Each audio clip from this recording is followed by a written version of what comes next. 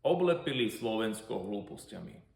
Aj pre takéto oznamy boli niektorí podnikatelia nútení ukončiť svoju činnosť. My sme čisto byrokratický štát. Na všetko potrebujeme papier. Veci a systém, ktoré sú zabehnuté, my zničíme byrokraciou.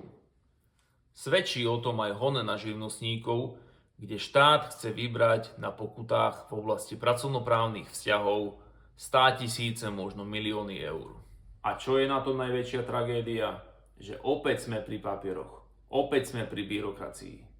V niektorých prípadoch stačí predložiť len správne nastavené dokumenty a inšpektori to už nebudú hodnotiť ako porušenie zákona. Preto nečakaj a neváhaj. Oslov nás hneď. Poznáme celú tú byrokratickú agendu. Poznáme aj spôsob, akým inšpektori rozmýšľajú.